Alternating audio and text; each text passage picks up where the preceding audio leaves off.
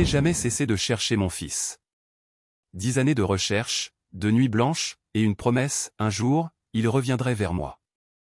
Mais quand il est enfin revenu, sa réaction m'a fait comprendre que ce n'était pas une fin heureuse, c'était le début d'un cauchemar encore plus grand. Et le pire, c'est que le danger était bien plus proche que je ne l'aurais jamais imaginé. Victor Holliday avait bâti sa vie sur des fondations qui semblaient inébranlables. À 45 ans, il possédait 3 garages prospères répartis dans l'Oregon, employait 37 personnes et avait acquis la réputation d'un homme qui tenait sa parole et honorait toujours ses dettes. Ses mains, tachées de graisse en permanence malgré des décennies à les frotter, racontaient l'histoire d'un homme qui avait gravi la vie à partir de rien. Ce rien, c'était un orphelinat de Portland, où les brûlures de cigarettes et les frigos vides étaient une réalité quotidienne.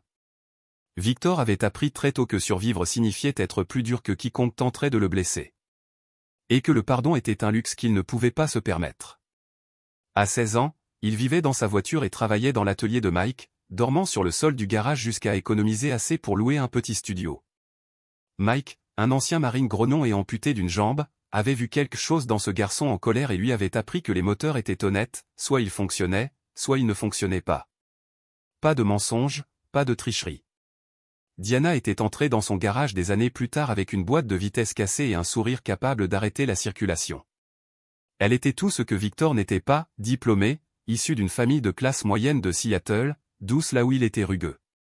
2 ans plus tard, Tyler naquit un garçon brillant, avec les yeux verts de Diana et la détermination têtue de Victor. Puis vint le cauchemar qui changea tout. Tyler avait 8 ans lorsqu'il disparut de l'aire de jeu de l'école Jefferson pendant la récréation. Un instant, il grimpait aux structures, l'instant d'après, il s'était volatilisé. L'enquête policière dura des mois. Le détective Rodriguez devint une présence constante dans le salon, répétant les mêmes questions. Les caméras ne montraient rien. Aucun témoin n'avait vu quoi que ce soit de suspect. Tyler avait simplement disparu. Diana s'effondra. Elle quitta son emploi dans une compagnie d'assurance, arrêta de dormir, arrêta de manger. Victor vit sa femme devenir un fantôme, tandis que lui, méthodique, fouillait chaque bâtiment abandonné, chaque bois, chaque endroit où un enfant pouvait se cacher dans un rayon de 160 km. Il fit imprimer des milliers de prospectus, engagea 3 détectives privés et offrit une récompense de $50 000 qui épuisa ses économies. Leur mariage commença à se fissurer sous le poids du deuil. Diana se mit à fréquenter un groupe de soutien pour parents d'enfants disparus. Elle y trouvait un réconfort que Victor ne pouvait lui offrir principalement parce que, pour lui, le réconfort ressemblait à de la résignation. Et Victor Holliday n'avait jamais renoncé à rien de sa vie. « Tu dois parler à quelqu'un », disait Diana d'une voix creuse. Le docteur Brennan pense. « Je n'ai pas besoin de psy », coupait Victor. « J'ai besoin que mon fils revienne. » Les années passèrent. Le dossier de la police refroidit. Les détectives cessèrent de répondre aux appels. Les amis et la famille commencèrent à parler de Tyler au passé. Diana, lentement, émergea de son cocon de douleur. Elle reprit le travail, recommença à rire, à vivre. Elle proposa une thérapie de couple, parla d'aller de l'avant, de cicatriser. Mais Victor ne cicatrisa jamais. Il conserva la chambre de Tyler exactement comme elle était. Il continuait de passer en voiture devant l'école tous les matins. Il vérifiait chaque rapport d'enfant disparu qui lui parvenait par ses contacts dans la police. Diana appelait cela maladif. Victor appelait cela être père. Le groupe de soutien devint le port d'attache de Diana. Elle y participait 2 fois par semaine, parfois restant tard pour aider ou conseiller de nouveaux membres. Là, elle se fit des amitiés en particulier avec Glenn Ashworth, dont la fille avait été kidnappée et avait perdu la vie 3 ans avant la disparition de Tyler. Glenn était entrepreneur, posé mais ferme. À l'opposé des angles bruts et du tempérament explosif de Victor. « Il comprend ce qu'on traverse », disait Diana. « Il a déjà été à notre place. » Victor avait rencontré Glenn lors d'un barbecue du groupe. Il semblait correct, grand, grisonnant avant l'âge, attentif à ses mots. Il avait perdu sa femme d'un cancer 1 an avant de perdre sa fille, naviguant à travers des vagues de deuil multiples. Diana disait qu'il était inspirant, une preuve qu'il était possible de survivre à des pertes inimaginables et de trouver encore un sens à la vie. Ce que Victor ignorait, c'est que Diana avait trouvé plus qu'une amitié dans les bras de Glenn. La relation avait commencé de façon apparemment innocente, café après les réunions, longues conversations sur la perte et la survie, une compréhension partagée que leurs conjoints respectifs ne pouvaient pas leur offrir. Avec le temps, les rencontres passèrent des après-midi au week-end volés, lorsque Victor voyageait pour le travail.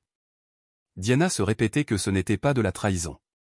Victor était devenu un étranger, consumé par une obsession qui ne laissait aucune place à ses besoins. Glenn était présent, attentif, vivant d'une manière que Victor ne l'était plus. Quand Glenn suggéra qu'ils pouvaient construire quelque chose de nouveau ensemble, Diana commença à croire que c'était possible. Elle était prudente. Victor, par nature, était méfiant et observateur.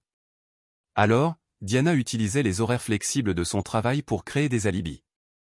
L'entreprise de construction de Glenn fournissait la couverture parfaite, rencontres sur des chantiers, brèves échappées dans des maisons vides en rénovation. Ils étaient des adultes qui avaient déjà trop souffert. C'était ainsi que Diana se justifiait. Ils méritaient tout bonheur qu'ils pouvaient arracher au monde. Victor ne soupçonnait rien. Son attention restait fixée, inébranlable, retrouver Tyler. Il refusait d'accepter ce que tout le monde considérait déjà comme inévitable. Tandis que Diana apprenait à aimer de nouveau, Victor nourrissait sa fureur comme une flamme qu'il ne permettrait jamais de s'éteindre. Un mardi matin d'octobre, cette flamme était sur le point de devenir un enfer. Le détective Rodriguez appela à 7h23. Victor était déjà à l'atelier, après une nouvelle nuit blanche passée à fixer la photo scolaire de Tyler, quand son téléphone vibra. « Victor, c'est Carlos. Tu devrais t'asseoir. Vous avez trouvé quelque chose ?» La voix de Victor était ferme, mais ses mains commencèrent à trembler. « Nous avons trouvé. Nous avons retrouvé Tyler. » Le monde tourna. Victor s'appuya sur l'établi avec une telle force que ses jointures blanchirent. « Il est vivant. Vivant, et il demande après toi. » Les 2 heures suivantes passèrent comme dans un brouillard de commissariat, d'examens médicaux et de protocoles bureaucratiques.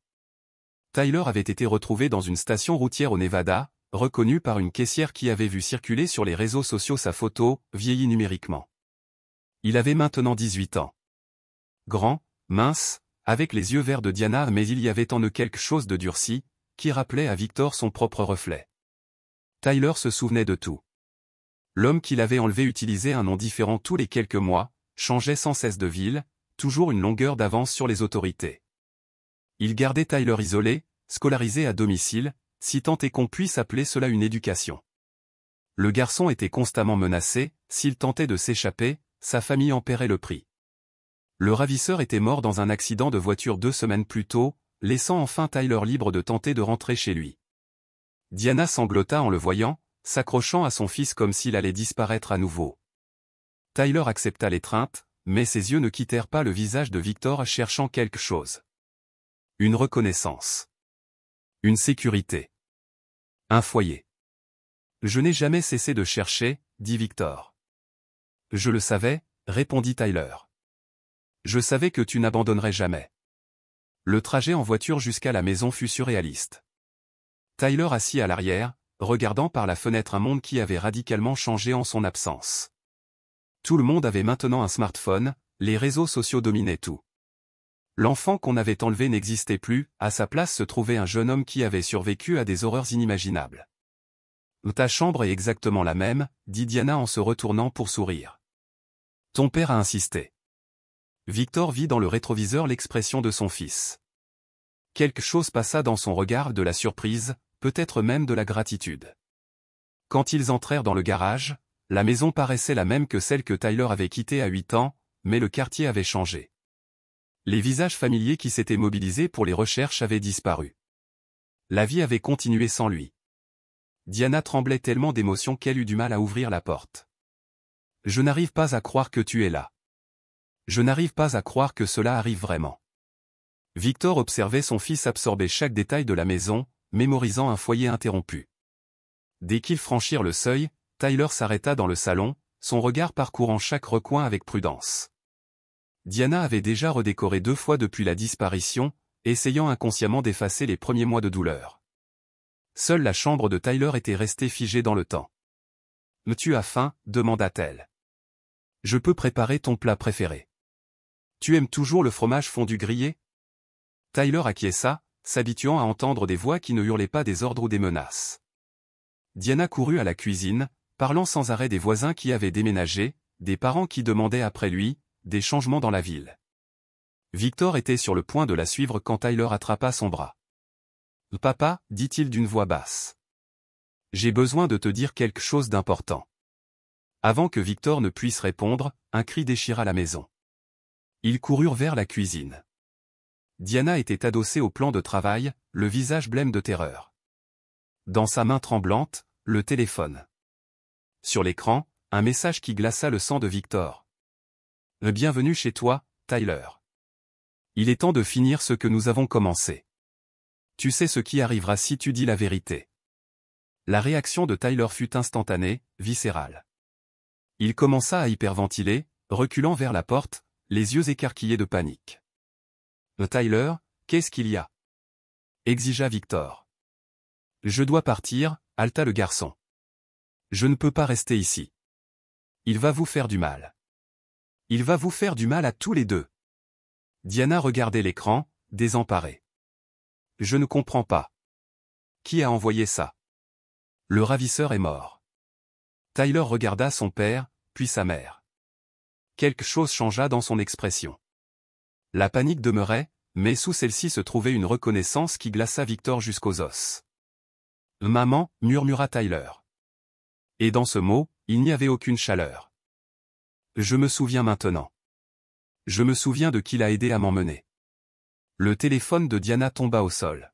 « Tyler, chérie, je ne sais pas de quoi tu parles, dit-elle, mais sa voix avait changé, plus aiguë, plus tendue.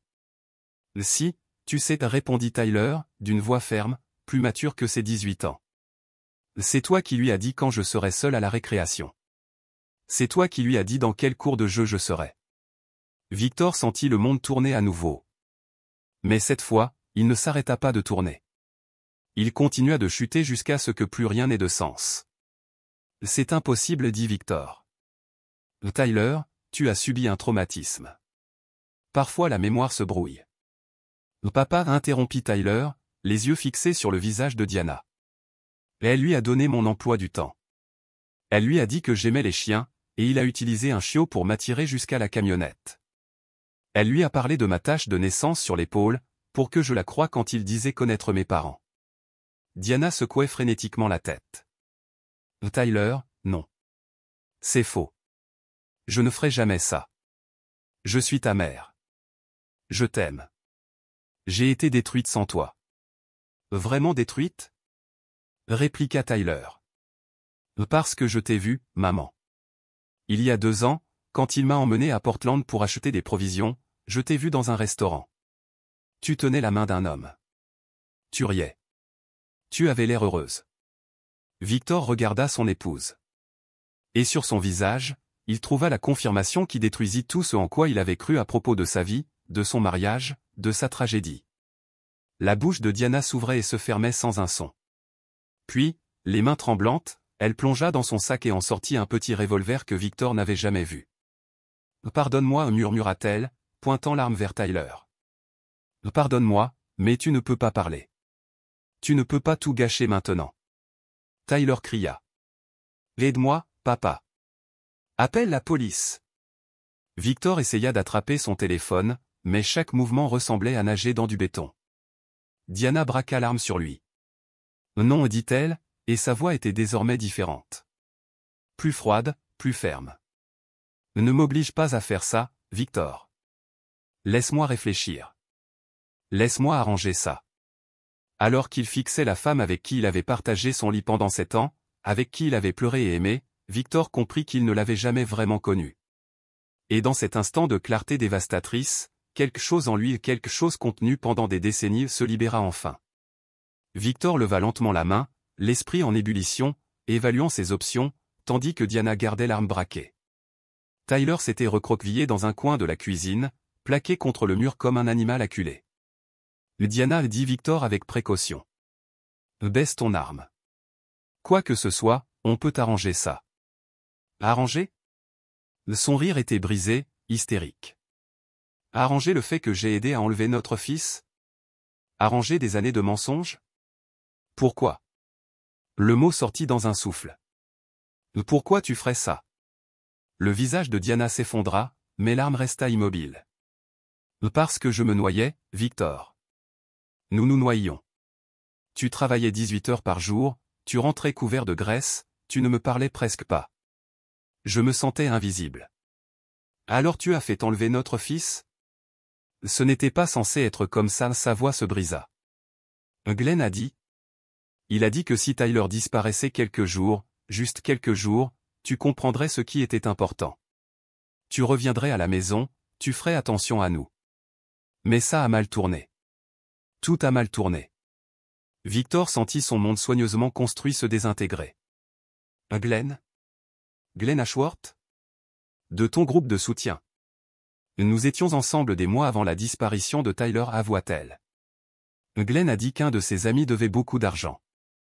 Que ce serait une façon de récupérer et, en même temps, de nous aider. L'argent de l'assurance, la compassion de la communauté, une tragédie qui nous unirait à nouveau. La voix de Tyler résonna depuis le coin, calme et tranchante. Réellement, papa.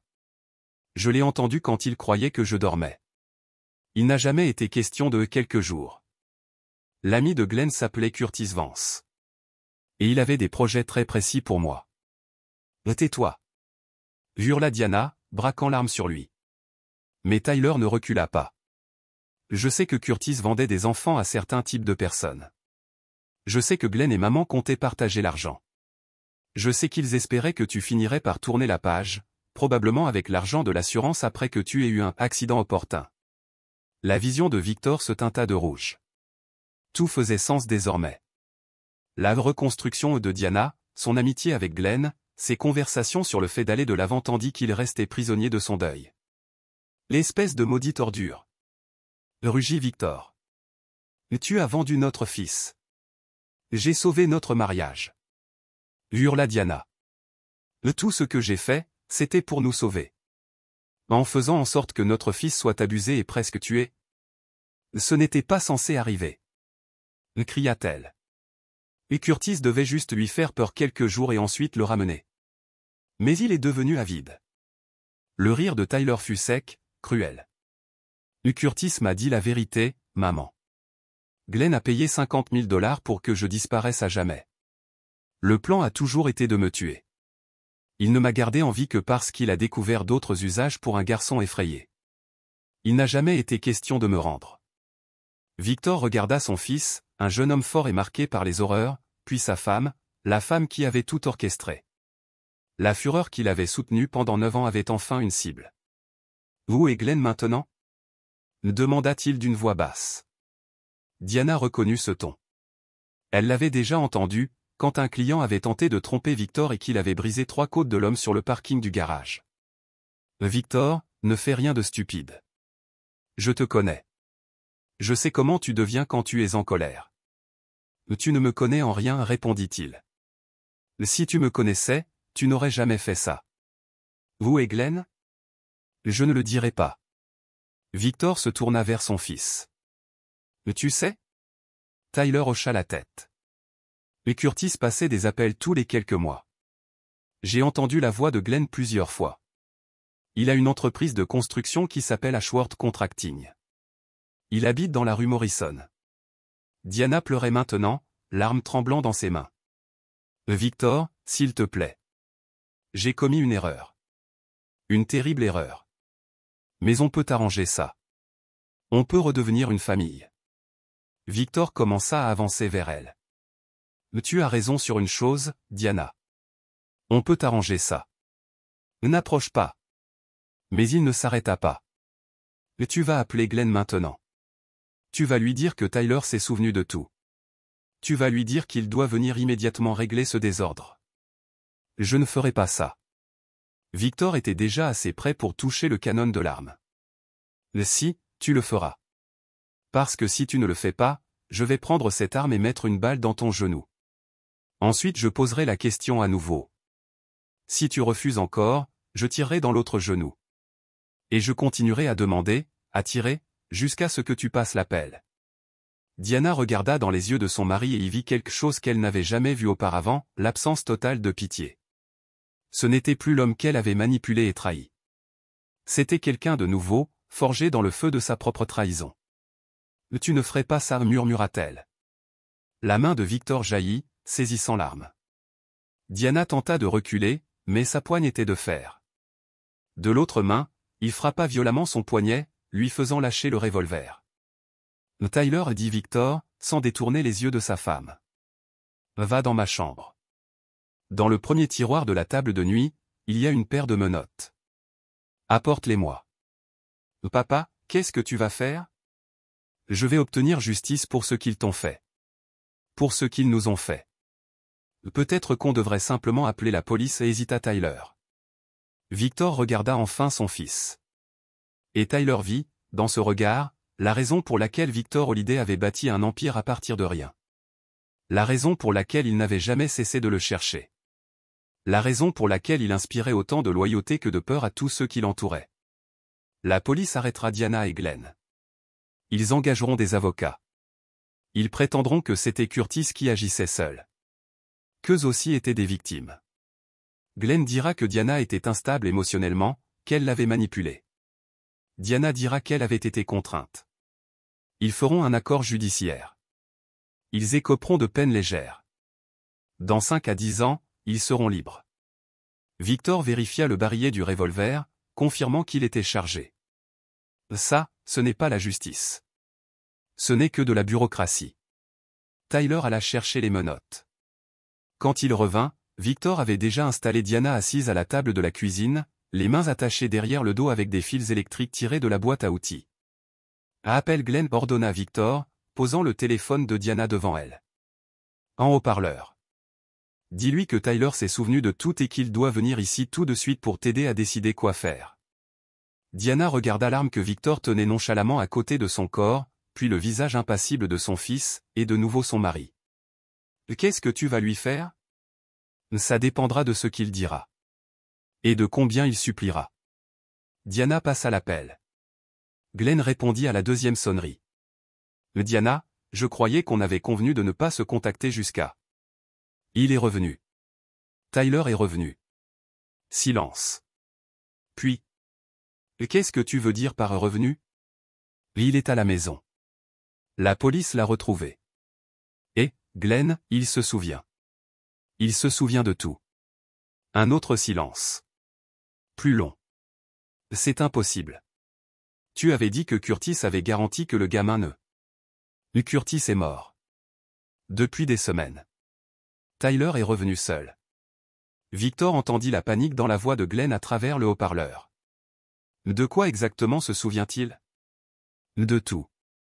Du plan, de l'argent, de tout. Glenn, j'ai besoin que tu viennes ici. J'ai besoin que tu m'aides à régler ça. Diana, écoute-moi attentivement. Tu dois le tuer cette nuit. Fais en sorte que ça ressemble à un accident. Le gamin était traumatisé.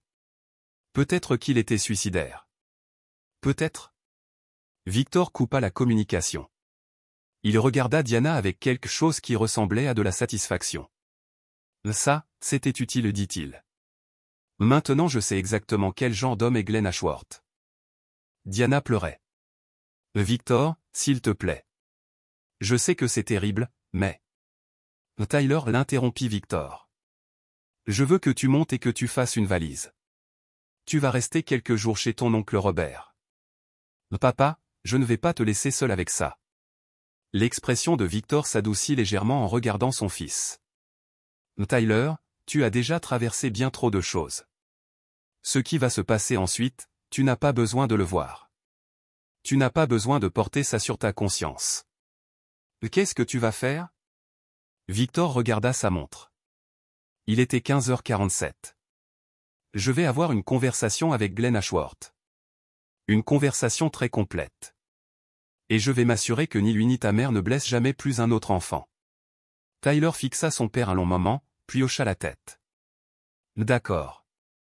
Mais, papa, quoi que tu leur fasses, ils le méritent. Chaque partie de ça. Quand Tyler partit préparer ses affaires, Victor s'assit face à sa femme et commença à planifier le projet le plus important de sa vie. Victor passa l'après-midi à transformer son garage en quelque chose qui aurait rendu fier les surveillants de l'orphelinat où il avait grandi, un endroit où les leçons s'apprenaient et où les dettes se payaient intégralement. Il déplaçait ses outils avec l'efficacité de quelqu'un qui faisait cela depuis des décennies. Chaque clé, chaque perceuse, placée avec la précision d'un chirurgien avant une opération complexe. Diana restait attachée à la chaise de la cuisine, ses supplications et promesses tombant dans des oreilles sélectivement sourdes. Victor avait débranché la ligne fixe et confisqué son téléphone portable après l'appel à Glenn. Elle était désormais totalement isolée, prisonnière dans la même maison où elle avait joué le rôle de mère endeuillée pendant 9 ans. « Victor, s'il te plaît, implora-t-elle lorsqu'il passa par la cuisine pour prendre d'autres fournitures. Je sais que j'ai fait des erreurs, mais on peut surmonter ça. On peut faire une thérapie, on peut. La phase de la thérapie est terminée, répondit Victor sans la regarder. Nous sommes maintenant dans la phase de la rééducation. À 17h, Tyler partit chez l'oncle Robert avec seulement un sac de voyage. Avant de franchir la porte, il serra son père dans ses bras, le premier vrai contact physique depuis son retour. « Je t'aime, papa, dit-il à voix basse. Je n'ai jamais cessé de croire que tu me retrouverais. Moi aussi je t'aime, fils. Et je vais m'assurer que plus jamais personne ne te fasse de mal. » Avec son fils en sécurité, Victor reprit ses préparatifs. Durant ses années dans le système d'adoption puisant survivant dans les quartiers les plus durs de Portland, il avait beaucoup appris sur les gens. Il comprenait que chacun avait un point de rupture et il savait comment le trouver. Glenn Ashworth allait bientôt arriver. Victor avait déjà enquêté sur cet homme au fil des ans, le connaissant seulement comme « l'ami » de Diana dans le groupe de soutien. Glenn dirigeait une entreprise de construction de taille moyenne, avait 2 divorces derrière lui et vivait seul dans une maison qu'il avait construite lui-même, rue Morrison. Il avait 51 ans, avait servi brièvement dans l'armée avant une mise à pied médicale, et était considéré comme un pilier de la communauté. Ce que Victor ignorait jusqu'à aujourd'hui, c'était que Glenn était aussi un prédateur, un homme qui avait aidé à orchestrer l'enlèvement et l'exécution planifiée d'un garçon de 8 ans, en échange d'argent. Cela changeait tout. Le téléphone de Victor vibra à 18h23. Numéro inconnu. « Victor, ici Glenn Ashworth. Je crois qu'il faut qu'on parle. »« Je crois aussi, répondit Victor. »« Où êtes-vous ?»« Devant chez vous. Je veux discuter de ça rationnellement, d'homme à homme. Pas besoin que les choses dégénèrent. » Victor regarda par la fenêtre du salon et vit le pick-up blanc de Glenn garé de l'autre côté de la rue. Glenn était visible derrière le volant, le téléphone à l'oreille. « Venez jusqu'à la porte d'entrée, dit Victor. Nous allons parler. » Victor le retrouva sur le perron, laissant Diana attachée dans la cuisine. Glenn était exactement comme dans son souvenir, grand, grisonnant, avec l'assurance de quelqu'un habitué à commander. Il portait des vêtements de travail et avait les mains calleuses de décennies de construction. « Quelle chose incroyable, dit Glenn, tendant la main comme s'il ne s'agissait que d'une visite sociale. Tyler revenant à la maison après toutes ces années, ça doit être bouleversant pour ta famille. » Victor n'accepta pas la main tendue. « Entrons. » Glenn hésita. « En fait, je pensais qu'on pourrait conduire jusqu'à un endroit plus privé, prendre un café, discuter comme des gens civilisés. »« Je me sens très civilisé ici même, dit Victor. »« Entre. » Quelque chose dans le ton de Victor fit vaciller le sourire facile de Glenn. L'entrepreneur regarda le pick-up, puis de nouveau Victor, calculant ses chances. « Victor, je crois qu'il y a eu un malentendu. Diana m'a appelé affolé, disant que Tyler faisait des accusations. Tu sais comme le traumatisme peut affecter la mémoire, surtout chez un enfant qui a traversé ce qu'il a traversé. »« Dedans, répéta Victor, en s'écartant de la porte. Glenn entra dans la maison avec la prudence de quelqu'un qui avait compris qu'il avait peut-être commis une erreur de calcul. Le salon paraissait normal, photos de famille, meubles confortables, le désordre habituel d'une vie de classe moyenne. Mais lorsque Glenn entendit la voix étouffée de Diana, venant de la cuisine, son expression changea. « Victor, c'est Glenn ?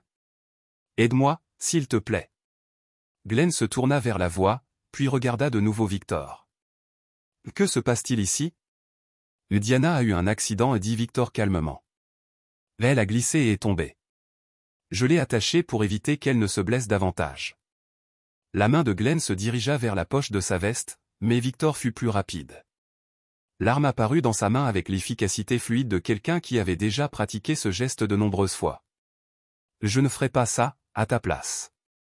Quoi que tu essaies de sortir, je ne le ferai pas. Glenn leva les mains lentement.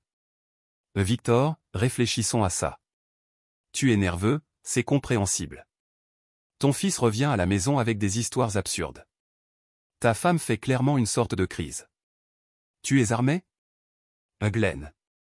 J'ai un port d'armes. Mais tu es armé? Glenn acquiesça, contrarié. Victor fit un geste avec son arme. Sors-la lentement.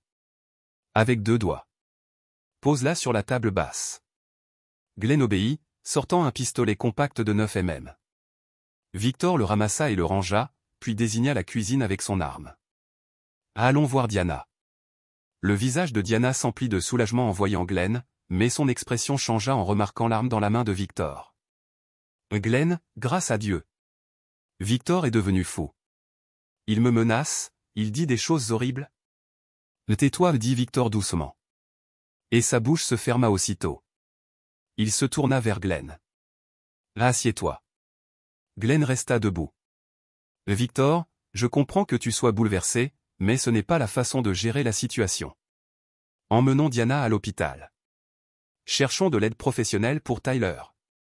La gifle de Victor le fit chanceler contre le plan de travail de la cuisine. L'entrepreneur porta la main à sa lèvre ouverte, fixant Victor avec une nouvelle compréhension. J'ai dit, assieds-toi. Glenn s'assit. Victor traîna une autre chaise de la salle à manger, la plaçant en face des deux. Il s'assit avec l'arme reposant sur ses genoux, d'une manière presque décontractée. Maintenant, nous allons avoir une conversation. Une conversation très honnête sur ce qui est arrivé à mon fils, pourquoi c'est arrivé et ce que nous allons faire à ce sujet. Glenn tenta de garder sa contenance. Victor, je ne sais pas ce que Diana t'a raconté, mais... Diana ne m'a rien raconté, l'interrompit Victor. C'est Tyler qui l'a fait. Il m'a parlé de Curtis Vance. Il m'a parlé des $50 000. Il m'a parlé du vrai plan. Le visage de Glenn pâlit. Tyler a subi un traumatisme immense. Ses souvenirs ne peuvent pas être fiables. Tyler m'a dit que tu le voulais mort. Que ce n'a jamais été une question de quelques jours d'enlèvement. Que toi et Diana comptiez toucher l'assurance vie après un accident commode. Diana secouait la tête, désespérée. Ce n'est pas vrai. Glenn, dis-lui que ce n'est pas vrai. Glenn regarda Diana puis Victor, calculant ses options. Victor, même si une partie de ce dont Tyler se souvient est vrai, tu dois comprendre le contexte. Diana était désespérée. Elle se sentait négligée, oubliée. Elle est venue vers moi pour chercher du réconfort et peut-être que j'en ai profité. Peut-être que j'ai fait de mauvaises suggestions, quand j'ai vu la douleur dans laquelle elle se trouvait. Continue de parler, dit Victor. L'histoire avec Curtis devait être temporaire, un avertissement pour toi. Diana croyait que, si Tyler disparaissait quelques jours, tu comprendrais combien ta famille comptait. Mais Curtis est devenu avide. Il a vu une chance de gagner plus d'argent et il en a profité. Nous n'avons jamais eu l'intention de faire du mal à Tyler. Victor le regarda attentivement. Tu mens. Je dis la vérité. Non, tu ne dis pas la vérité. Parce que Tyler a entendu tes conversations au téléphone avec Curtis. Il t'a entendu parler d'acheteurs. Il t'a entendu discuter de combien certaines personnes paieraient pour un garçon apeuré et obéissant de 8 ans. La contenance de Glenn se brisa enfin. Victor, écoute-moi attentivement. Tu te mêles de quelque chose de bien plus grand que tu ne l'imagines. Il y a des gens impliqués dans cette affaire qui sont beaucoup plus dangereux que tu ne le penses. Si tu me blesses, si tu impliques la police, Tyler ne vivra pas pour voir son prochain anniversaire. Victor sourit. Mais ce n'était pas un sourire agréable. Glenn, tu viens de commettre une très grave erreur. Quelle erreur? Tu viens de menacer mon fils encore une fois. Victor se leva, vérifiant sa montre. Il était 19h15. Le soleil se couchait et le quartier entrait dans sa routine du soir. Des enfants étaient appelés pour dîner. Des chiens promenaient. La vie suivait son cours normal, tandis que Victor se préparait à quelque chose qui changerait tout pour toujours. Allons dans le garage, maintenant. Tous les deux. Diana recommença à pleurer. Victor, s'il te plaît. Je sais que c'est horrible, mais on peut arranger ça. On peut s'en sortir. Tu as tout à fait raison, dit Victor. On peut arranger. Et on va commencer maintenant. Le garage avait été le sanctuaire de Victor pendant 20 ans. C'était là qu'il avait reconstruit son premier moteur. C'était là qu'il avait planifié l'expansion de ses affaires. C'était là qu'il s'était réfugié pendant les jours les plus sombres après la disparition de Tyler. Ce soir-là, il aurait une autre utilité. Victor avait disposé 2 chaises en métal au centre de l'espace, sous les néons qu'il utilisait pour les travaux minutieux. Le panneau d'outils avait été réorganisé. Chaque instrument était nettoyé et à portée de main. Un établi montrait les fournitures rassemblées dans l'après-midi, collier de serrage, ruban isolant, chiffon propre et une trousse de premier secours. « Là, asseyez-vous » ordonna Victor, en pointant les chaises. Diana et Glenn obéirent, leurs yeux parcourant le garage, absorbant la scène. L'expérience d'entrepreneur de Glenn lui disait que ce n'était pas de l'improvisation. Victor avait tout planifié avec soin. Victor tenta Glenn. « Tu dois réfléchir à ce que tu fais. Ça ne ramènera pas les 9 années que tu as perdues avec Tyler.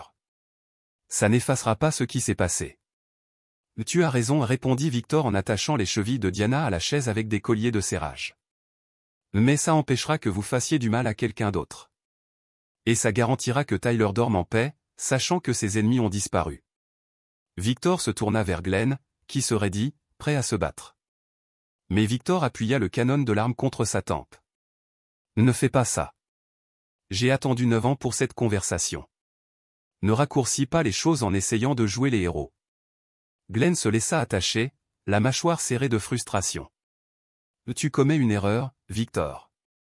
Il existe des protocoles pour ce genre de situation. Des voies légales. » « J'ai déjà suivi les voies légales » répondit Victor en testant les liens. « J'ai passé 9 ans à travailler avec la police, des détectives privés, des agents fédéraux. Des gens très professionnels, très méticuleux. Et qu'est-ce qu'ils ont obtenu ? » Il marcha jusqu'à l'établi et prit une pince à bec effilé. « Ils n'ont rien obtenu. 0. » dit Victor, la voix tranchante.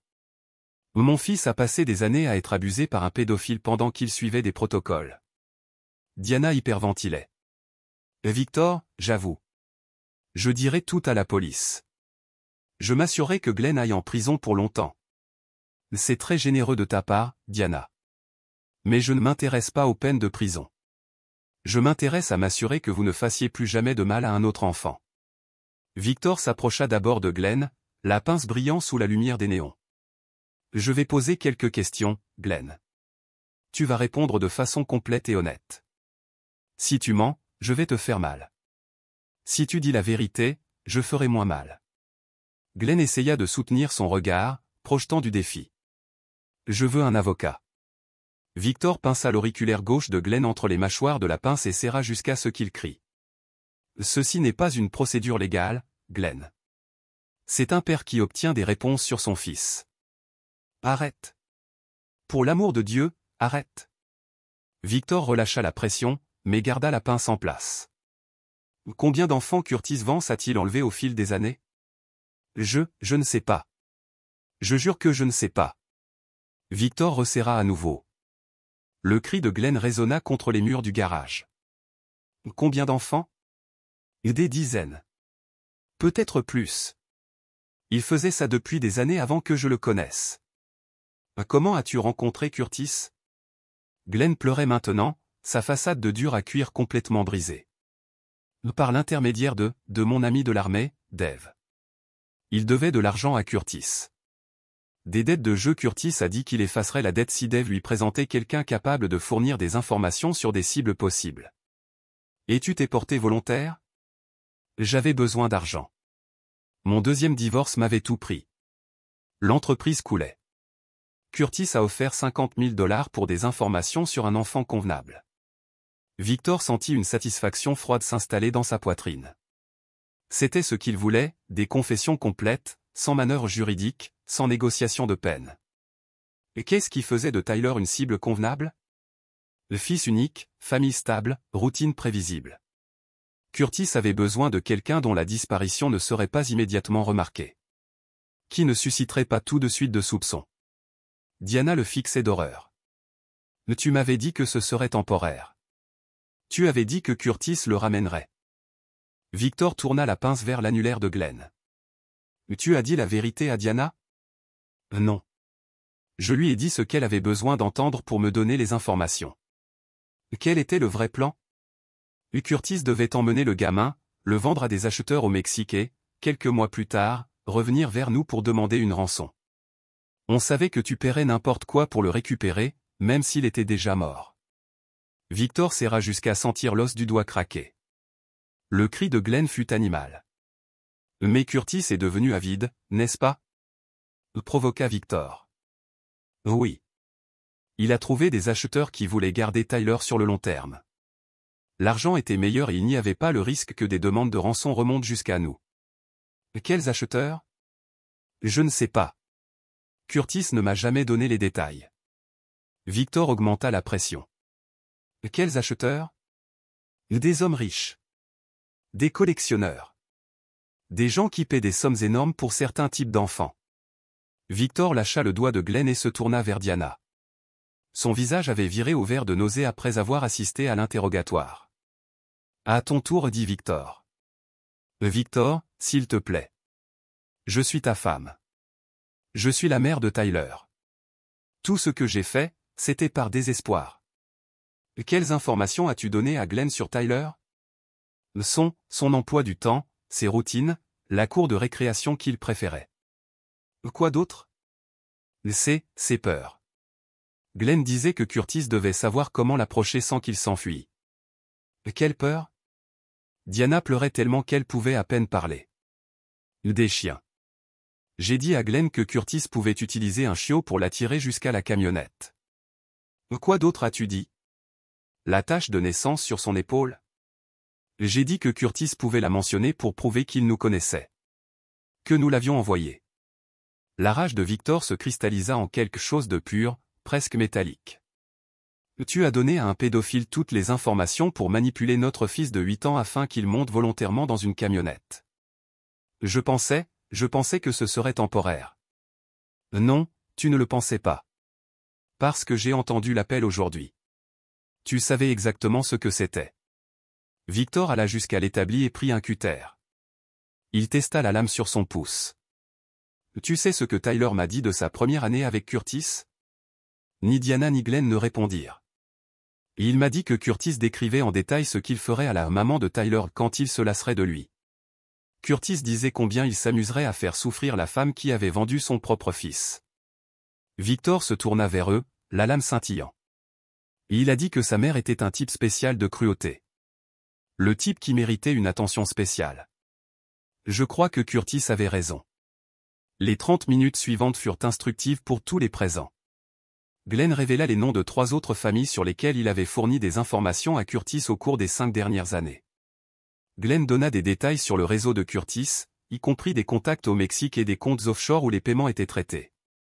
Diana révéla qu'elle prévoyait de tuer Victor un an après la supposée mort de Tyler, utilisant l'argent de l'assurance vie pour commencer une nouvelle vie avec Glenn en Arizona.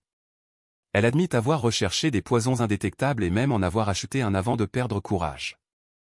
À 20h45, Victor avait obtenu chaque détail pertinent sur la conspiration qui avait détruit sa famille. Il avait aussi obtenu autre chose, la destruction psychologique complète des 2 conspirateurs. Glenn était affalé sur sa chaise, 3 doigts brisés et de multiples entailles servant de rappel à sa coopération. Diana était encore pire, elle portait les marques de l'application créative des outils automobiles de Victor, à des endroits qui guériraient, mais ne seraient jamais oubliés. Nous avons fini avec les questions, annonça Victor, s'essuyant les mains avec un chiffon d'atelier.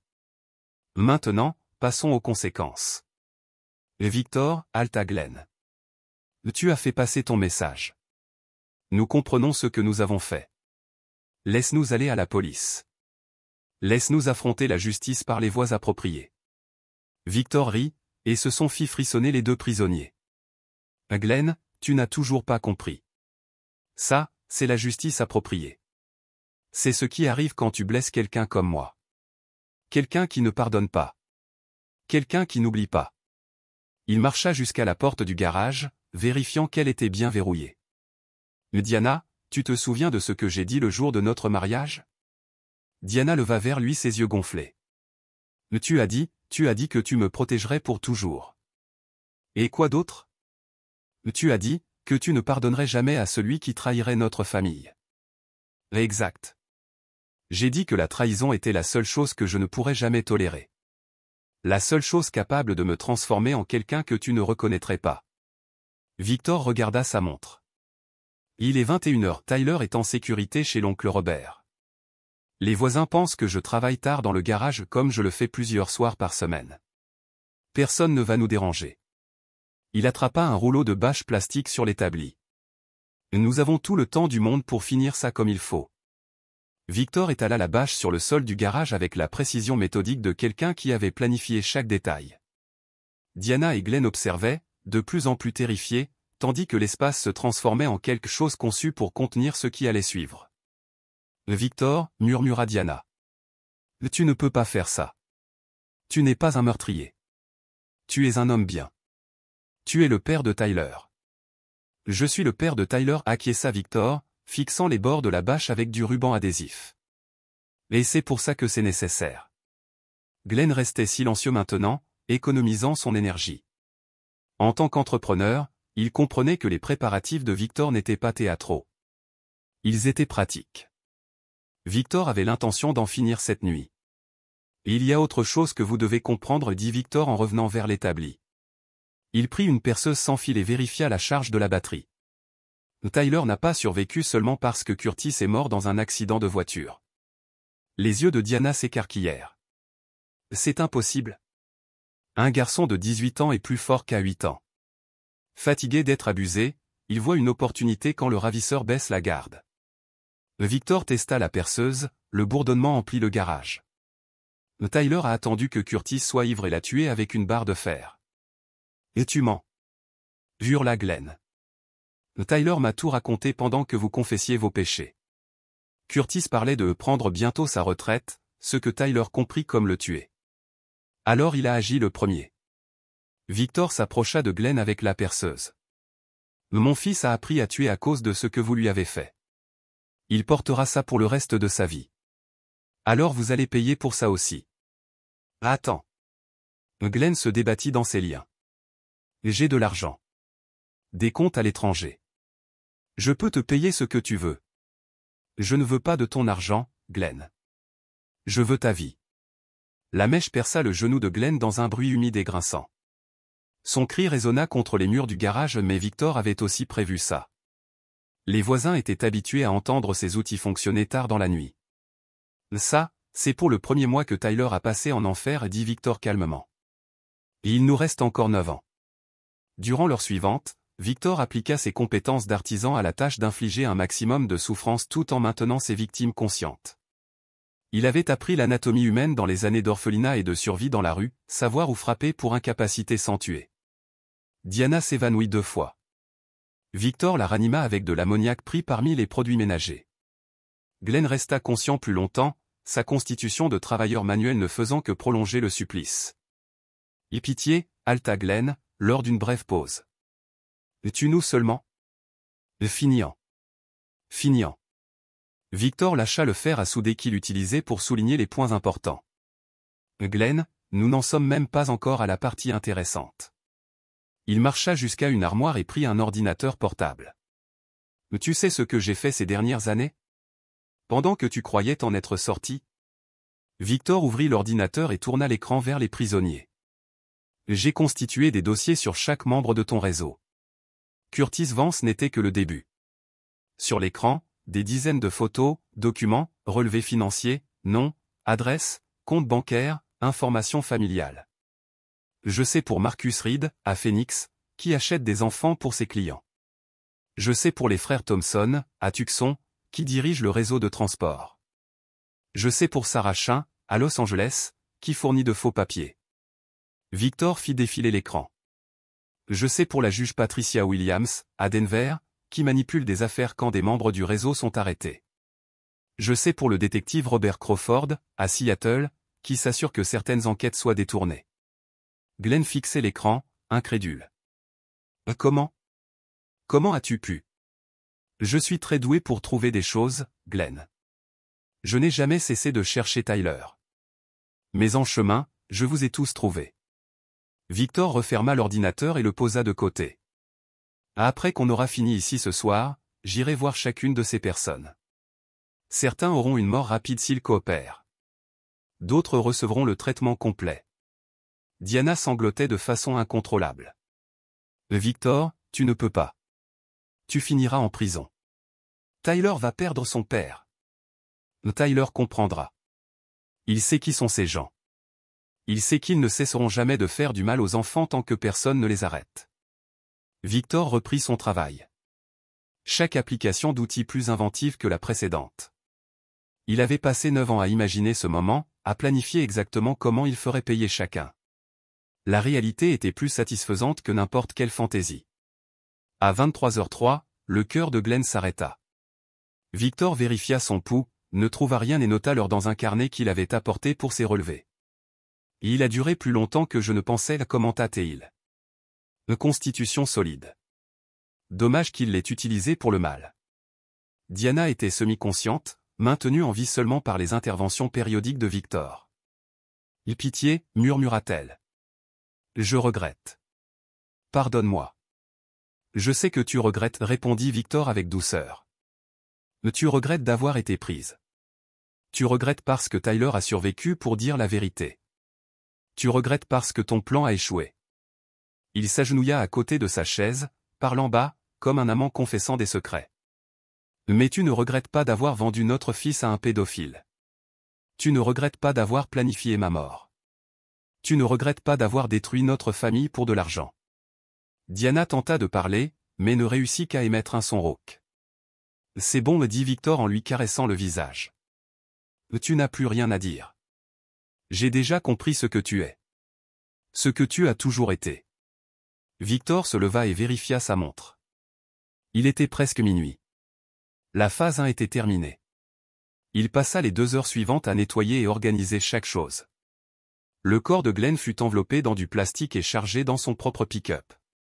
Diana, encore vivante mais inconsciente, fut préparée pour le transport. Victor se changea, se nettoya minutieusement et rassembla toutes les preuves obtenues lors des interrogatoires. Tout était documenté, enregistré, catalogué. À 3 heures, il passa un coup de fil. C'est papa. Oui, tout va bien. Je vais voyager quelques jours pour le travail. Reste chez ton oncle jusqu'à mon retour. Papa, c'est fini? La phase 1 est finie. Nous avons encore du travail. Quel genre de travail? Victor regarda le corps inconscient de Diana puis l'ordinateur portable avec les informations du réseau qui avait détruit tant de familles. Le genre de travail qui garantit qu'aucun autre enfant ne subira ce que tu as subi. Papa, est-ce que ça va? Est-ce que tu es toujours toi? Victor réfléchit à la question. Était-il encore l'homme qui avait épousé Diana? Celui qui avait bâti une entreprise avec un travail honnête? Celui qui croyait en la loi et aux procédures correctes? Je suis exactement celui que je dois être, répondit-il enfin. Maintenant dors, Phil. Quand je reviendrai, nous commencerons à planifier ton avenir. Après avoir raccroché, Victor plaça Diana dans le pick-up de Glenn et conduisit jusqu'aux forêts de l'Oregon. Il connaissait bien ces montagnes, fruit de ses années de recherche pour retrouver son fils. Il connaissait des endroits où des choses pouvaient disparaître pour toujours. L'aube se levait lorsque Victor revint seul à la maison. Il prit une douche, se changea et s'assit à la table de la cuisine avec une tasse de café et l'ordinateur portable. Il avait du travail à faire. Beaucoup de travail. Le réseau qui avait volé son fils opérait depuis des années, détruisant d'innombrables familles. La police ne pouvait pas les atteindre. Trop d'argent, trop de connexions, trop de corruption. Mais Victor Holliday n'était pas lié par les restrictions légales. Il ne cherchait pas des condamnations ni des procédures correctes. Il cherchait l'élimination. Il ouvrit le premier dossier et commença à planifier son prochain voyage. 6 mois plus tard, la campagne méticuleuse de Victor contre le réseau de trafic d'enfants était déjà devenue une affaire nationale. Les autorités ne parvenaient pas à relier les morts à un seul auteur. Les victimes semblaient aléatoires. Une juge à Denver retrouvée morte dans son bureau. Un homme d'affaires à Phoenix tué lors d'un apparent cambriolage. Un détective à Seattle dont le corps avait été découvert dans son propre jardin. Victor continuait de gérer ses affaires légitimes, dirigeant ses garages avec la même efficacité qu'il appliquait à ses activités nocturnes. Tyler avait repris l'école, s'efforçant de rattraper 9 années d'éducation perdues. Pour les observateurs extérieurs, la famille Holliday se reconstruisait après une tragédie reconnaissante du retour miraculeux de leur fils. Seul Tyler connaissait la vérité sur les voyages de son père. Encore un? Demanda Tyler en voyant Victor préparer une valise. Marcus Reed, à Phoenix, confirma Victor. Il a acheté des enfants à 3 fournisseurs différents. Il est temps pour lui de prendre sa retraite. Tyler s'assit sur le lit, observant son père organiser ses outils avec le même soin qu'il utilisait pour réparer des moteurs. Papa, quand est-ce que ça s'arrête? Et quand ils auront tous disparu. Et si tu te fais attraper? Victor s'arrêta un instant de ranger. Ça te dérangerait? Tyler réfléchit. Je pensais que oui. Mais chaque fois que je lis qu'un autre enfant a disparu, qu'une autre famille a été détruite, je pense à ce que ces gens font à des garçons comme moi. Et j'espère que tu ne seras pas attrapé avant d'avoir terminé. Victor suivait Marcus Reed depuis 3 ans.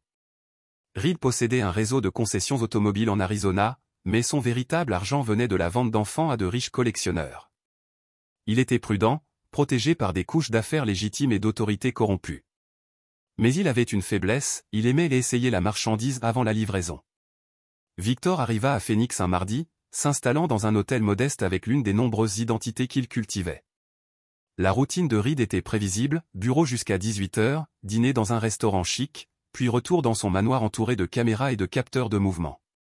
Prévisible mais pas impénétrable. Le terrain de la propriété jouxtait un terrain de golf que Victor avait déjà étudié grâce aux images satellites et à des visites nocturnes. Le lac du 4e trou offrait une couverture parfaite pour celui qui n'avait pas peur de traverser une eau stagnante jusqu'à la clôture arrière. Le jeudi soir, Victor passa à l'action. Le système de sécurité de Reed était sophistiqué, mais conçu pour arrêter des cambrioleurs ordinaires et des paparazzis, pas quelqu'un avec la patience et les compétences de Victor. Il était déjà dans la maison depuis 30 minutes quand Reed arriva, accompagné d'un garçon qui ne semblait pas avoir plus de 12 ans. Victor attendait dans le bureau, assis derrière le bureau comme un cadre patient. Quand Reed entra seul, après avoir envoyé le garçon à l'étage, il trouva Victor en train d'aiguiser ses ongles avec un cutter. « Monsieur Reed » dit Victor d'un ton décontracté. « Là, asseyez-vous, je vous prie. » Reed se retourna vers la voix, la main plongeant dans sa veste. Victor lança le cutter avec la précision de 20 années de pratique. La lame se planta dans l'épaule de Reed, le faisant pivoter et l'envoyant s'écraser contre l'étagère. « J'ai dit, assieds-toi. » Reed tomba sur la chaise, tenant son épaule blessée. « Et qui êtes-vous?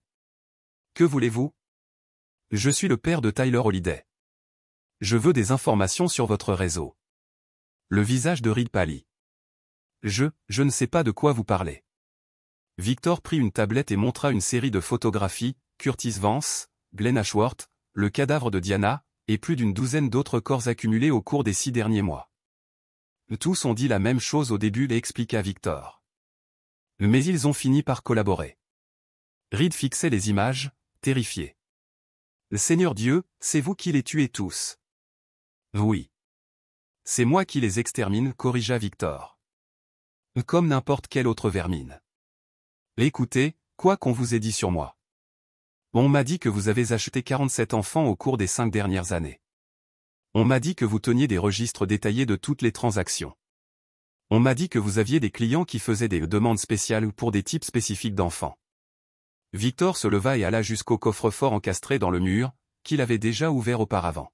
« On m'a dit que vous gardiez toute la documentation ici. » Et c'était vrai. Il sortit un dossier épais et plusieurs clés USB. Reed tremblait, le sang s'écoulant entre ses doigts pressés contre la blessure. « Je vous donnerai tout. Nom, adresse, relevé financier, seulement, ne me tuez pas. » « Oh, tu vas tout donner, oui. » acquiesça Victor. « La question est de savoir si tu vas coopérer volontairement ou si tu auras besoin d'un encouragement. » Reed coopéra d'abord. Il fournit des mots de passe pour des fichiers cryptés, expliqua les protocoles de communication, identifia des figures clés dans 6 États. Il fut utile, jusqu'à ce que Victor demande à propos du garçon à l'étage. « Qui est-ce ? » Je ne sais pas. Une nouvelle acquisition. Pas encore traitée. Traitée comment ? Reed hésita. Et Victor reconnut l'instant où la coopération prit fin et où l'encouragement commença. 30 minutes plus tard, Reed avait fourni des informations extrêmement détaillées sur les opérations du réseau, y compris 3 lieux où des enfants étaient gardés avant leur livraison aux clients. Il avait aussi confessé avoir abusé personnellement de plus de 100 enfants durant sa carrière. Le garçon là-haut, dit Victor à voix basse. Quels étaient tes plans pour lui? Un client au Mexique, Alta Reed. Commande spéciale, blond, yeux bleus, âge spécifique. Quel client? Reed donna un nom, une adresse et un contact. Il révéla aussi que la livraison était prévue pour le week-end suivant. Victor prit des notes détaillées, puis regarda sa montre. Il était presque 2 heures du matin. Merci pour ta coopération. Tu as été très utile. Le soulagement envahit le visage de Reed. Alors, vous allez me laisser partir? Je n'ai jamais dit ça. La mort de Reed ne fut ni rapide ni clémente, mais elle fut complète. Victor trouva le garçon à l'étage, drogué mais vivant. Il s'appelait Danny Morrison, disparu de Tucson depuis 2 semaines. Victor récupéra ses vêtements et l'emmena jusqu'à la voiture de Reed. Le trajet jusqu'à Tucson dura 3 heures. Victor laissa Danny aux urgences d'un hôpital, avec une lettre expliquant où il avait été trouvé et qui était responsable de son enlèvement. Quand l'équipe de l'hôpital découvrit l'enfant, Victor était déjà en route pour Phoenix à nouveau, inspectant les propriétés de Reed à la recherche d'autres victimes. Il trouva 3 autres enfants dans un entrepôt appartenant à Reed, 2 filles et un garçon, tous de moins de 14 ans, drogués et malnutris mais vivants. Victor répéta le processus, les laissant à l'hôpital, fournissant des informations détaillées sur leurs ravisseurs et des preuves des abus. L'enquête qui suivit la mort de Reed allait finir par révéler un réseau s'étendant sur 11 États et impliquant des dizaines de participants. Mais cela prendrait des mois. Et Victor n'était pas disposé à attendre les procédures légales. Il avait maintenant les dossiers de Reed. Il avait des noms, des adresses, des relevés financiers, des registres de communication. Il avait tout ce qu'il fallait pour accélérer sa campagne. Dans l'avion du retour vers Portland, Victor révisait sa liste de cibles, toujours plus longue. Certaines pouvaient être éliminées rapidement et des prédateurs isolés, sans sécurité significative ni connexion politique. D'autres exigeraient une planification plus élaborée. Mais tous seraient traités. Chaque nom dans les dossiers de Reed, chaque participant du réseau qui avait volé son fils, chaque personne qui profitait de l'abus des enfants. Victor Holliday avait trouvé le travail de sa vie. Et il était très doué pour ça. Tyler le retrouva à l'aéroport, ne posant plus de questions sur les voyages de son père. Ils rentrèrent en voiture dans un silence confortable, comprenant tous deux que la justice était en train d'être rendue, une cible après l'autre. Encore un? Demanda Tyler en entrant dans le garage. Marcus Reed, à Phoenix, confirma Victor. Il achetait des enfants à 3 fournisseurs différents. Il était temps pour lui de prendre sa retraite. Tyler observait son père organiser ses outils avec le même soin que toujours. Papa, quand est-ce que ça s'arrête? Et quand ils auront tous disparu. Et si tu te fais attraper? Victor s'arrêta un instant. Ça te dérangerait? Tyler réfléchit. Avant, je pensais que oui. Mais chaque fois que je lis qu'un autre enfant a disparu, qu'une autre famille a été détruite, je pense à ce que ces gens font à des garçons comme moi. Et j'espère que tu ne seras pas attrapé avant d'avoir terminé. Victor acquiesça. Tyler n'était plus seulement un survivant. Il faisait partie du combat. Assis ensemble, père et fils, tous deux porteurs de cicatrices qui ne guériraient jamais complètement. Si tu veux aider, dit Victor enfin, nous trouverons un moyen. Mais tu dois comprendre ce que cela signifie. Une fois que tu franchiras cette ligne avec moi, il n'y aura plus de retour au normal. J'ai déjà franchi cette ligne quand j'ai tué Curtis avec une barre de fer, papa, répondit Tyler. J'ai déjà dépassé le point du normal. Mais peut-être que nous pouvons garantir qu'aucun autre enfant n'aura à le franchir. Victor le fixa et comprit, son fils avait hérité de plus que ses yeux verts. Il avait hérité aussi de son sens de la justice, de son refus d'accepter l'injustice, et de la volonté de faire ce qu'il fallait pour protéger les innocents. Ensemble, ils rentrèrent à la maison pour planifier la prochaine phase de la campagne. 2 ans s'étaient écoulés depuis que la guerre de Victor contre le réseau avait commencé. Les forces de l'ordre du pays entier luttaient pour comprendre l'élimination systématique de ce qui était enfin reconnu comme une opération coordonnée de trafic d'enfants. Plus de 30 individus étaient morts dans des circonstances qui semblaient disparates, cambriolage, accident de voiture, suicide supposé et plusieurs morts sans explication claire. Tyler, désormais âgé de 19 ans, était officiellement inscrit en criminologie à la Portland State. Officieusement, il apprenait la surveillance, le piratage de systèmes et les techniques de planification avancées avec son père. Leur partenariat était devenu quelque chose d'élégant et d'efficace, Tyler fournissait le support technique et l'intelligence, tandis que Victor s'occupait des aspects physiques des missions. Ils avaient sauvé 47 enfants en 2 ans, les déposant dans des hôpitaux ou des foyers avec une documentation détaillée de leurs abus et de leurs ravisseurs. Tous n'avaient pas survécu à leur traumatisme, mais suffisamment avaient été sauvés pour justifier les risques que Victor et Tyler prenaient. Par une froide matinée de novembre, Victor reçut l'appel qu'il attendait depuis 2 ans. « Papa » dit Tyler, depuis son appartement près du campus. « Je l'ai trouvé. » « Trouvé qui ? » « L'homme qui m'avait commandé spécifiquement. Le collectionneur qui avait payé un supplément à Curtis pour me garder en vie au lieu de me tuer. » Victor lâcha son café et donna à son fils toute son attention. C'était la cible qu'il traquait depuis 2 ans. Le client final. L'homme assez riche pour faire une commande spéciale et assez patient pour attendre des années la livraison. « Dis-moi. » Il s'appelle Jonathan Fitzgerald. 63 ans. Il a hérité d'une fortune grâce aux investissements dans le transport maritime. Il vit sur une île privée au large de Washington. Ça fait plus de 20 ans qu'il collectionne des enfants. La voix de Tyler était ferme, mais Victor percevait la fureur contenue derrière. J'ai trouvé des archives sur 12 autres garçons qu'il a achetés via le réseau de Curtis. Tous entre 8 et 12 ans. Tous correspondaient à ma description physique quand j'ai été enlevé. Où sont-ils maintenant? Inconnus. Mais, papa, j'ai trouvé des preuves vidéo. Ils documentent tout. Victor sentit sa rage froide et familière se cristalliser en plan d'action. Et la sécurité? Significative. L'île est totalement privée, accessible uniquement par bateau ou hélicoptère. Il a une équipe complète, marins, gardes, domestiques. Mais j'ai surveillé ses communications pendant 3 mois.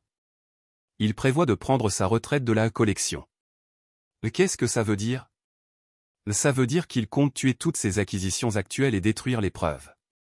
C'est prévu pour le week-end prochain. Victor consulta le calendrier. C'était mardi. Combien d'enfants sont sur l'île en ce moment? 4. Tous des garçons, entre 9 et 13 ans. J'ai leur nom et leur dossier. Tous disparus de différents états au cours des 2 dernières années. Les détails de sécurité étaient nombreux. La recherche de Tyler était complète, Fitzgerald employait 8 gardes à temps plein, tous ex-militaires avec expérience du combat. L'île disposait de systèmes de surveillance sophistiqués, de détecteurs de mouvement et de bateaux de patrouille. Le manoir principal était pratiquement une forteresse conçue pour empêcher les visiteurs indésirables d'entrer et les prisonniers réticents de sortir. C'est une cible difficile, admit Tyler. Mais je crois que j'ai trouvé une approche. Victor écouta tandis que son fils décrivait un plan qui montrait à quel point il avait appris au cours des 2 dernières années. C'était sophistiqué, minutieux et implacable. « Quand partons-nous » demanda Victor. « Pas nous. Moi, j'y vais seul. » La réponse de Victor fut immédiate. « Hors de question. »« Papa, écoute. Fitzgerald publie régulièrement des annonces pour des postes de personnel domestique. J'ai surveillé ça. Il cherche un nouvel assistant jardinier. Jeune, fort, prêt à travailler dans des conditions isolées pour un excellent salaire. Tyler, tu n'iras pas t'infiltrer seul sur cette île. Je suis le candidat parfait. L'âge parfait, le physique parfait. Et j'ai quelque chose qu'aucun des autres candidats n'a. Quoi? Je sais exactement quel genre de monstre il est. Je connais ses méthodes, ses préférences, ses faiblesses. J'ai passé 9 ans à être préparé pour quelqu'un exactement comme lui. Victor comprenait la logique, mais l'idée de voir son fils entrer seul dans cette situation était inacceptable. Nous trouverons un autre moyen. Il n'y en a pas. L'île est trop sécurisée pour une attaque extérieure. Les enfants seront morts d'ici lundi si nous n'agissons pas ce week-end. Il ouvrit davantage de fichiers sur l'ordinateur portable. Et papa, il ne s'agit pas seulement de sauver ces garçons. Fitzgerald est le client principal du réseau depuis 20 ans. C'est lui qui finance toute l'opération. Si on coupe la tête, le corps meurt. Victor étudia les photos de surveillance que Tyler avait collectées. Fitzgerald ressemblait à n'importe quel retraité riche, cheveux argentés, vêtements coûteux, l'assurance d'un homme habitué à obtenir tout ce qu'il voulait. Mais dans ses yeux, il y avait quelque chose de froid et de prédateur que Victor reconnaissait de ses cauchemars. Et si tu entres seul et que quelque chose tourne mal, alors je gérerai comme j'ai géré Curtis. Tyler l'interrompit. Papa, je ne suis plus ce gamin effrayé de 8 ans. Je ne suis pas sans défense. Et je ne laisserai certainement pas ce monstre blesser encore quelqu'un. Ils passèrent les 3 jours suivants à affiner le plan. Tyler postulerait pour le poste de jardinier sous une fausse identité qu'ils avaient préparée des mois auparavant. Une fois sur l'île, il évaluerait la situation, localiserait les enfants et créerait une opportunité pour que Victor le rejoigne. Victor arriverait par bateau lors de la 2e nuit d'infiltration de Tyler, quand les schémas de sécurité seraient déjà clairs et que son fils aurait des informations détaillées sur la structure de la propriété. Souviens-toi, dit Victor lors des préparatifs finaux. Ton objectif principal est de collecter du renseignement. Ne prends pas de risques inutiles. Ne joue pas les héros. J'ai compris. Si la situation devient incontrôlable, préviens-moi immédiatement. Je trouverai un moyen de t'en sortir. Tyler acquiesça, mais Victor vit la détermination dans les yeux de son fils. Tyler n'avait aucune intention de quitter cette île sans les enfants, quel que soit le risque personnel. Le vendredi matin, il prit le ferry pour la côte de Washington. Son identité fausse était solide, Johnny Morrison, 19 ans, nouvel arrivant dans la région à la recherche d'un emploi stable. Il portait la confiance de celui qui avait survécu à l'enfer et en était sorti plus fort. Victor le suivit 2 heures plus tard, pilotant un bateau de location. Il était équipé de tout ce dont il aurait besoin pour l'opération de sauvetage. Il jeta l'ancre dans une petite crique à 5 km de l'île de Fitzgerald et attendit le signal de Tyler. Le premier rapport de Tyler arriva ce soir-là, par message crypté. En position. Cible confirmée. Sujet principal prévoit un événement final pour demain soir. Plan détaillé disponible demain matin. Victor passa la nuit éveillé, révisant les plans que Tyler avait transmis, préparant des itinéraires d'approche et son matériel. À l'aube, il était prêt pour la guerre. Le 2e rapport de Tyler était plus détaillé. Sécurité plus légère que prévu. Équipe concentrée sur les préparatifs de l'événement. Enfant détenu au sous-sol de la maison principale. Sujet principal agité. Peut avancer le calendrier. À midi, Tyler envoya le signal que Victor attendait. Viens maintenant. Fenêtre d'opportunité à 14 heures approche par le nord. Accès via le quai de maintenance. Victor mit le moteur en marche et partit pour l'affrontement final avec l'homme qui avait volé l'enfance de son fils. En s'approchant de l'île de Fitzgerald, Victor pensait au chemin qui l'avait conduit jusque-là. 2 ans plus tôt, il était un homme brisé, cherchant un sens dans le retour de son fils. Aujourd'hui, il était devenu autre chose, juge, jury et bourreau de ceux qui nuisaient aux enfants. Il était temps de mettre fin à ce que Diana et Glenn avaient commencé lorsqu'ils avaient vendu un garçon de 8 ans à un monstre. Victor avançait sur les eaux agitées de novembre, le bateau de location fendant les vagues grises sous un ciel couvert. L'île se dressait devant lui comme une forteresse, falaise abrupte couronnée de jardins luxuriants, caméras discrètes dissimulées dans les arbres. Tyler avait fourni des informations précises au cours des dernières 24 heures. Fitzgerald prévoyait réellement d'éliminer ses acquisitions actuelles lors de ce qu'il appelait sa célébration finale prévue pour ce soir. Toute la sécurité était tournée vers la préparation de l'événement, créant une fenêtre d'opportunité qui ne se reproduirait jamais. Victor guida le bateau jusqu'au quai de maintenance, comme Tyler l'avait indiqué. Ses gestes étaient automatiques, les mains entraînées par des décennies de travail. Mais son esprit restait fixé sur ce qu'il attendait, 4 enfants qui mourraient cette nuit s'il échouait avec Tyler et l'homme responsable de 20 ans de cauchemar. Le quai était vide, comme Tyler l'avait promis. Victor amarra le bateau et vérifia son équipement une dernière fois. Il transportait assez de puissance de feu pour affronter l'équipe de sécurité de Fitzgerald, ainsi que des outils spéciaux développés au cours de 2 années de chasse aux monstres. Tyler apparut à l'extrémité du quai, vêtu de vêtements de travail et se déplaçant avec l'assurance nonchalante de quelqu'un qui appartenait à l'endroit. Pour tout observateur, il n'était qu'un jardinier assistant accueillant un visiteur autorisé. « Situation ?» demanda Victor à voix basse, tandis qu'ils avançaient vers la maison principale. 4 enfants dans des chambres souterraines.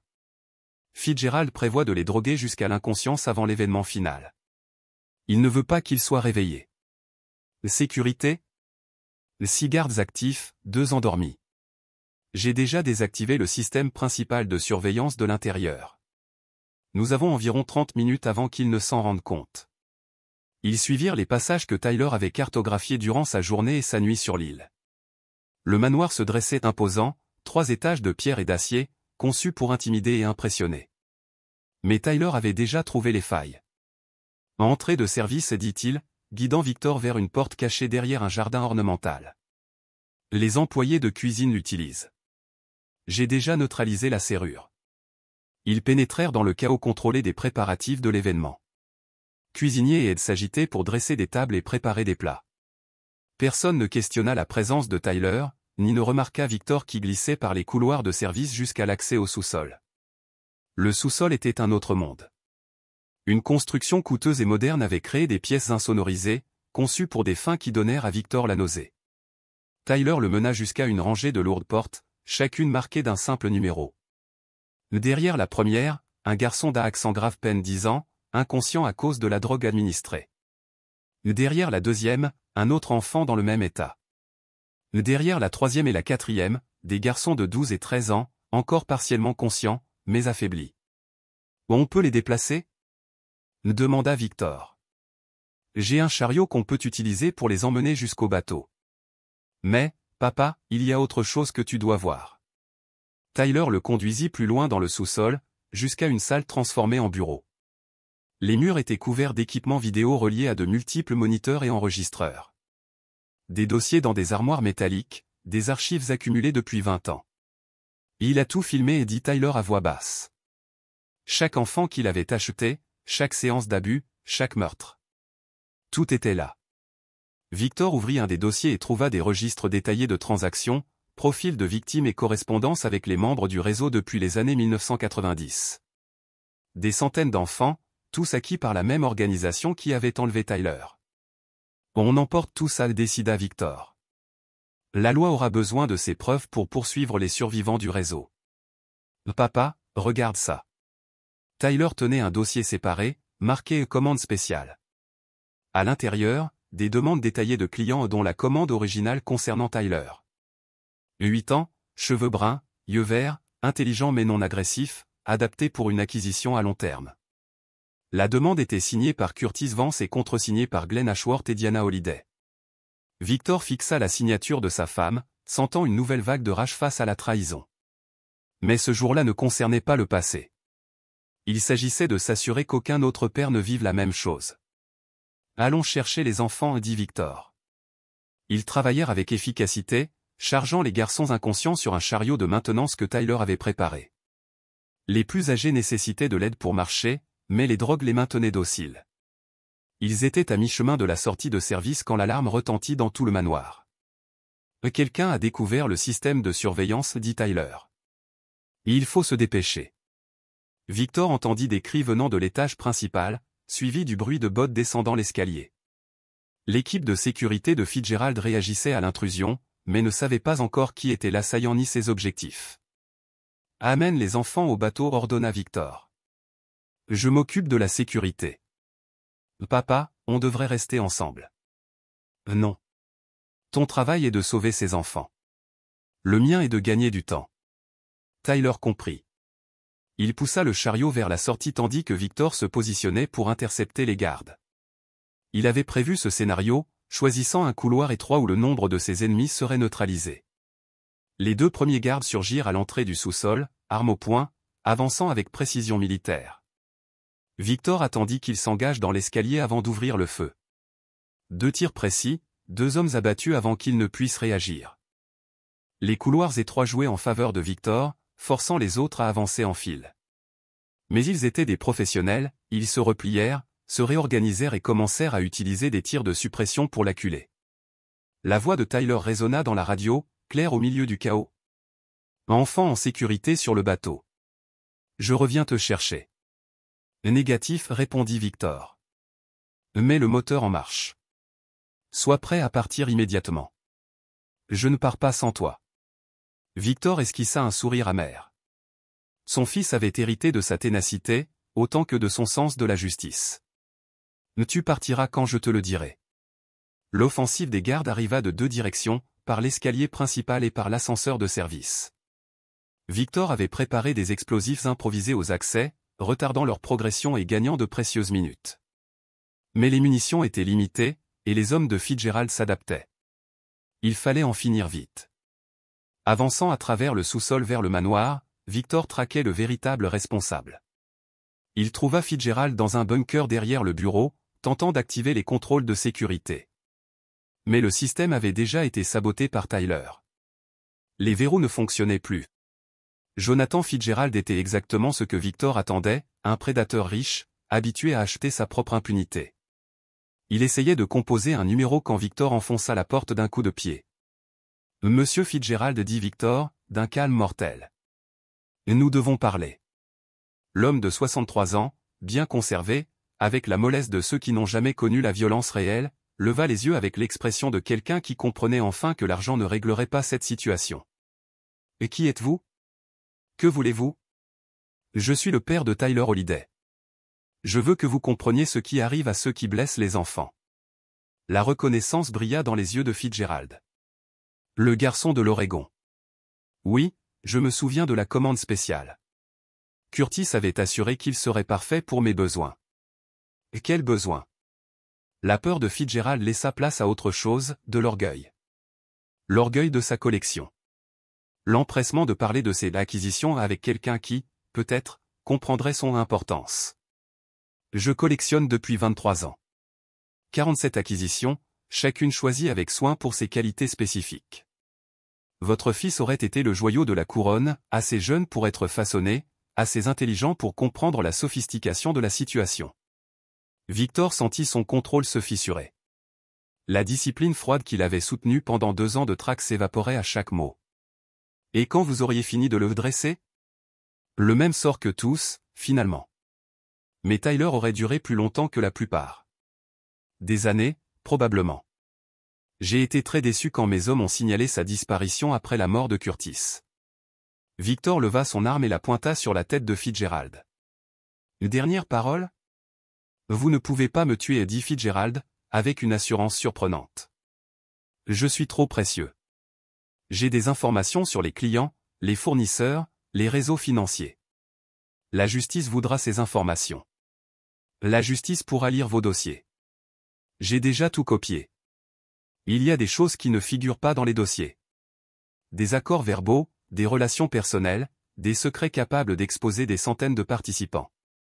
Victor abaissa légèrement l'arme. Continuez. Pendant 10 minutes, Fitzgerald déversa des détails sur l'opération du réseau qui n'était consigné nulle part, nom de politiciens protégeant le système, juges manipulant les procès, agents détournant des enquêtes. C'était une intelligence précieuse, capable d'exposer la corruption et d'empêcher la formation de nouveaux réseaux. C'était aussi exactement ce que Fitzgerald voulait, une monnaie d'échange pour sauver sa propre vie. Très utile, dit Victor lorsqu'il eut fini. Merci d'avoir été si précis. Alors vous comprenez pourquoi vous ne pouvez pas me tuer. Je suis plus précieux vivant que mort. Victor leva de nouveau son arme. En réalité, vous venez de me convaincre que vous êtes trop dangereux pour rester en vie. Mais vos informations sont déjà enregistrées. Il tapota doucement l'enregistreur numérique fixé à sa chemise. La justice recevra vos aveux avec les dossiers. Le visage de Fitzgerald perdit toute couleur lorsqu'il comprit son erreur. Attendez, nous pouvons faire un accord. J'ai de l'argent, des ressources. Je ne veux pas de votre argent. Je veux votre vie. Le premier tir pulvérisa sa rotule, le projetant au sol. Le second détruisit l'autre jambe. Victor voulait que l'homme comprenne exactement ce qui se passait avant la fin. Ça, c'est pour Tyler, dit-il, en appuyant le canon contre le front de Fitzgerald. Et pour chaque enfant que vous avez détruit. Le tir final mit fin aux 23 ans de terreur de Jonathan Fitzgerald. Victor passa les minutes suivantes à installer des charges dans le sous-sol, s'assurant que les salles de torture seraient détruites avec toutes les preuves qu'elles contenaient. Les dossiers et enregistrements étaient saufs, mais l'infrastructure de l'horreur devait être réduite en cendres. La voix de Tyler résonna dans la radio. « Papa. Des bateaux de sécurité arrivent du continent. Nous devons partir maintenant. » Victor courut jusqu'au quai, traversant des couloirs envahis par la fumée et les lumières d'urgence. Le reste de l'équipe de Fitzgerald était occupé à tenter de contenir les incendies et à évacuer le personnel. Personne n'essaya de l'arrêter. Tyler avait déjà mis le moteur en marche lorsque Victor arriva. Les 4 garçons secourus étaient inconscients dans la cabine, enveloppés de couvertures, respirant régulièrement. « Tu l'as trouvé ?» demanda Tyler tandis qu'il s'éloignait de l'île. « C'est terminé, répondit Victor. Fitzgerald est mort. Le réseau est brisé. » Depuis la mer, ils observèrent les explosions illuminer les niveaux souterrains du manoir. 23 ans de crimes disparaissaient dans le feu et les décombres. Mais la documentation essentielle était sauve, entre leurs mains. « Et les enfants ?» demanda Tyler. « Comme toujours. Nous les déposerons anonymement dans un hôpital, avec des rapports complets sur les abus et leurs ravisseurs. Ils recevront des soins médicaux, un suivi psychologique, et retourneront à leur famille. » Tyler hocha la tête, puis posa la question que Victor redoutait. « Et nous ? Qu'est-ce qui nous attend ?» Victor réfléchit en dirigeant le bateau vers le continent. Ils avaient éliminé le réseau qui avait volé l'enfance de Tyler, sauvé des dizaines d'enfants et rendu justice à des monstres qui agissaient impunément depuis des décennies. Mais ils avaient aussi commis d'innombrables crimes, laissé une traînée de cadavres à travers plusieurs États et étaient devenus des fugitifs que les forces de l'ordre ne comprendraient jamais. « Nous disparaissons, dit-il enfin. Nouvelles identités, nouvel endroit, nouvelle vie. Et s'ils nous retrouvent ?» Victor regarda son fils, ce jeune homme solide qui avait survécu à l'enfer et en était sorti guerrier de justice. « Alors nous affronterons les conséquences ensemble. Mais Tyler, je veux que tu comprennes une chose. » « Laquelle ? » « Tout ce que nous avons fait. Chaque vie que j'ai prise. Chaque loi que j'ai brisée. Je le referai encore pour te sauver. Je le referai encore pour sauver ses enfants. » Tyler sourit. Et, pour la première fois depuis son retour, Victor vit une paix véritable dans les yeux de son fils. « Je le sais, papa. Et c'est pour ça que je t'aime. » Ils guidèrent le bateau à travers la nuit vers un avenir incertain, transportant 4 enfants rescapés et la certitude d'avoir frappé le mal d'une manière qui résonnerait pendant des années. Victor Holliday avait tenu sa promesse. Il n'avait jamais pardonné à ceux qui avaient trahi sa famille. Et il les avait tous fait payer intégralement. Le prix avait été son ancienne vie, son identité, sa place dans la société ordinaire. Mais il avait gagné quelque chose de bien plus précieux, le respect de son fils, la certitude que justice avait été rendue, et la conviction qu'aucun autre père n'aurait à endurer ce qu'il avait enduré. Certains prix méritent d'être payés. Lorsque l'aube se leva sur le Pacifique, Victor et Tyler commencèrent à planifier leur nouvelle vie ensemble. Père et fils. Partenaires de justice. Unis par le sang et par le but. La guerre était terminée. Ils avaient gagné. Commentaire Madame Reddit. Cette histoire est une plongée profonde dans les limites de ce qu'un père peut endurer et jusqu'où il est prêt à aller quand on lui arrache tout. Victor Holliday n'est pas un héros classique, ni même un simple criminel. C'est un homme brisé qui a choisi de transformer sa douleur en arme. Tout au long du récit, on comprend ce que signifie la justice en dehors de la loi, non pas l'impartialité froide des tribunaux, mais la vengeance viscérale de celui qui a perdu ce qu'il avait de plus sacré. Le parcours de Victor et de Tyler montre que les traumatismes ne détruisent pas seulement, ils façonnent aussi. Le fils, qui aurait dû être protégé, est devenu complice non par faiblesse, mais parce qu'il a compris qu'on ne combat pas le mal avec la douceur. La destruction de Fitzgerald et de son empire immonde n'est pas seulement un climax sanglant, c'est la catharsis de décennies de silence, de corruption et d'indifférence sociale. À la fin, il n'y a pas de place pour un happy end traditionnel. Père et fils ne trouvent pas de rédemption dans la loi ou la société, ils trouvent un but dans la guerre menée contre des monstres que personne d'autre n'osait affronter. C'est brutal, sombre, mais porteur d'un message puissant, quand les institutions échouent, certains choisissent de devenir leur propre jugement.